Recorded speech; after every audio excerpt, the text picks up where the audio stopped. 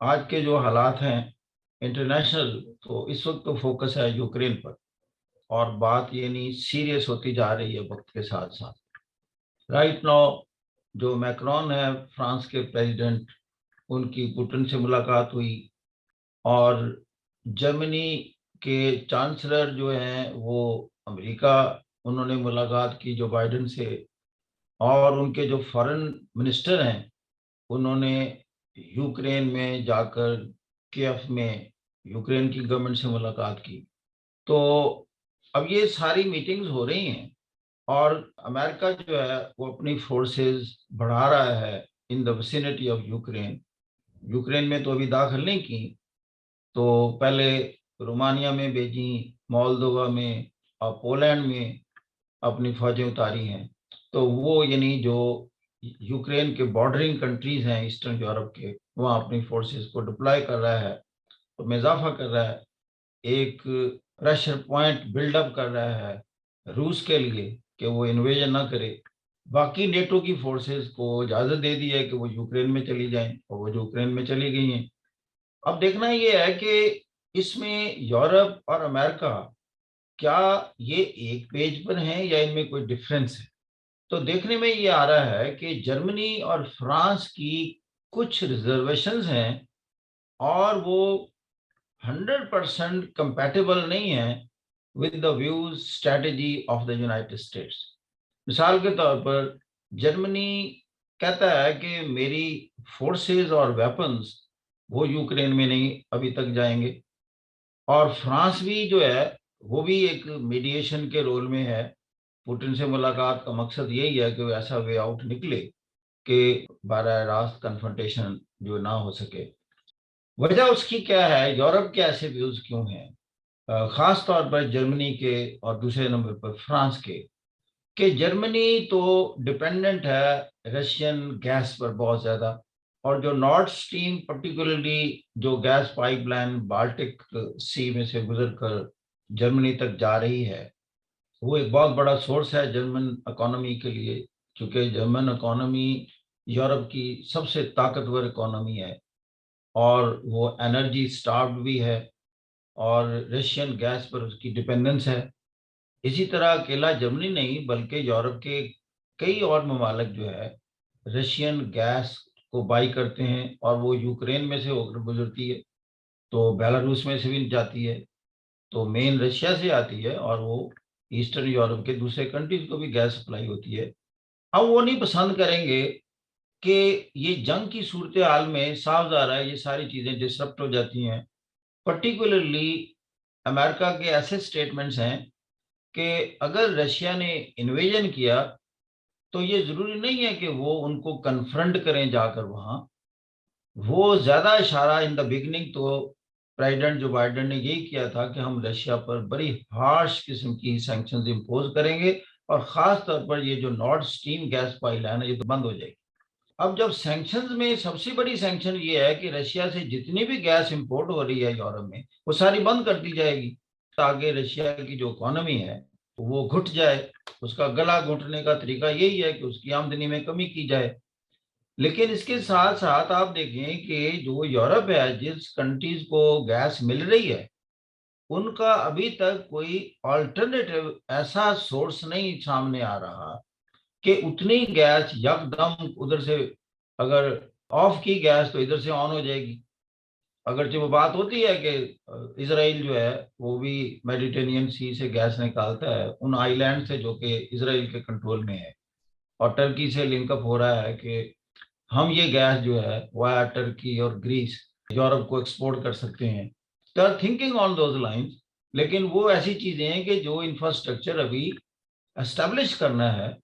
और दूसरी जगह ये है कि इंफ्रास्ट्रक्चर ऑलरेडी एग्जिस्टिंग है एंड थिंग्स आर वर्किंग।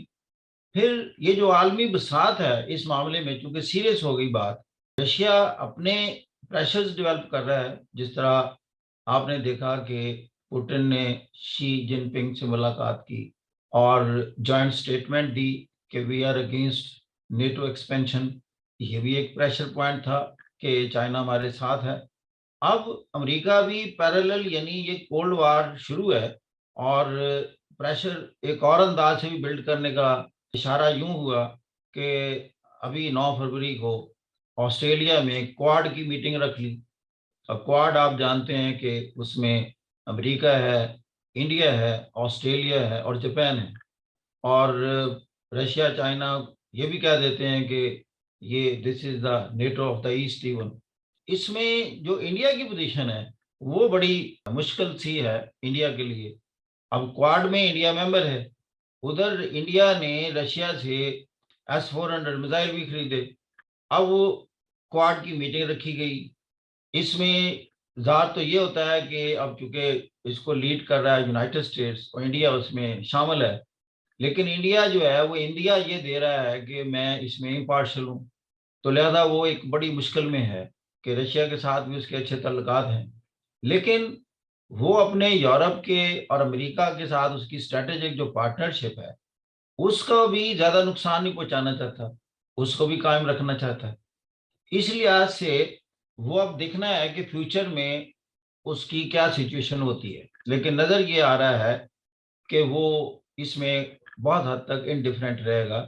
लेकिन साथ साथ भी चल रहा है, क्योंकि अगर वो चाहता तो ये भी रिक्वेस्ट कर सकता था कि क्वाड की ये मीटिंग थोड़ी पोस्टपोन कर दी जाए, इन दिनों में ना की जाए। क्योंकि इन दिनों में अगर मीटिंग हो रही है तो यूं लगता है कि ये यूक्रेन सेंसिटिव मीटिंग है और उसमें इंडिया शामिल है। तो ये सूरत हाल है, इंतहाई कशीदा सूरत हाल है। जब एनालिसिस होते हैं तो फिर रशिया से पूछा जाता है कि आपके बारे में यूरोप और अमेरिका कह रहा है कि you are going to invade Ukraine, तो आप क्या क्या ख्याल है? वो कहते हैं कि नहीं, मैं तो इन्वेजन नहीं कर रहा, मैं तो इन्वेजन उस शक्ल में करूंगा अगर फॉर्मली आप यूक्रेन को नेटो का मेंबर बनाते हैं। अब वेस्ट कहता है कि मेंबर बनाने से पहले ही लगता है कि रूस ने अटैक कर देना है। तो इन सारे एनालिसिस के बाद यूं लगता है कि शायद जो जंग है वो ना हो, उसके अमकानात कम हैं। इसलिए कि जंग की सूरत में देखें, ये जो बिग गन्स हैं, अमेरिका एक तरफ है, उसकी फोर्सेस आ गई, ये नामुमकिनात में है कि क्योंकि पहली दफ़ा होगा सेकंड वर्ल्ड वार के बाद कि जी अमेरिका की फोर्सेस बराह रास्त किसी और मुल्क बड़ी पावर के साथ टकराएं। ऐसे होगा तो वह बहुत बड़ी जंग बनती है और दुनिया वो जंग अफोर्ड नहीं कर सकती। लेकिन ये प्रेशर पॉइंट के तौर पर इस्तेमाल हो रहा है। 1.25 लाख के करीब रशिया की फोर्सेज में डिप्लॉयड हैं और बेलारूस जो है यूक्रेन के नॉर्थ में, वहाँ भी 30,000 के करीब रशिया की फोर्सेज मौजूद हैं और बेलारूस की फोर्स के साथ एक्सरसाइजेज कर रहे हैं। गोया कि नॉर्थ में, नॉर्थ की तरफ से अटैक रशियन, ईस्ट की तरफ से अटैक रशियन, और क्राइमिया तो ऑलरेडी एनेक्स हो चुका है साउथ में, वहां भी उसकी फोर्सेस मौजूद हैं। तो तीन अतराफ से रशिया इन्वेजन करके बड़ी आसानी से कंट्रोल कर सकता है कैपिटल पर। लेकिन चीजें ओपन होंगी, अनफोल्ड होगी with in few days and few weeks, ये अनफोल्ड हो जाएंगी। और उम्मीद करते हैं कि ऐसी सूरत ना हो कि इतनी बड़े लॉस हों और ये डिप्लोमेटिक लेवल पर और एमिकेबली ये मसाइल हल हों, क्योंकि इसका एक नेगेटिव इम्पैक्ट फौरी तौर पर दुनिया में जो पड़ा है वो ऑयल प्राइसेस पर पड़ा है। क्योंकि रशिया एनर्जी का सप्लायर है टू यूरोप, और जंग की सूरत में ये सारी कट जाएगी और अल्टरनेटिव सोर्सेज पर प्रेशर पड़ेगा। इसलिए जो भी स्पेकुलेटर्स हैं दुनिया में, फौरन उन्होंने तेल की कीमतें जो हैं बढ़ा ली हैं और उसका इम्पैक्ट सारी दुनिया की इकोनॉमी पर पड़ रहा है। तो जैसे पाकिस्तान में भी बहुत प्रेशर है कि तेल की कीमत इंटरनेशनल मार्केट के मुताबिक लाई जाए, तो ये उसके इंटरनेशनल इम्पैक्ट्स हैं। तो लिहाजा ये यूक्रेन का जो इशू है, ये नेशनल लेवल का या लिमिटेड लेवल का इशू नहीं है, इट हैज़ ग्लोबल रेपरकशंस। इसलिए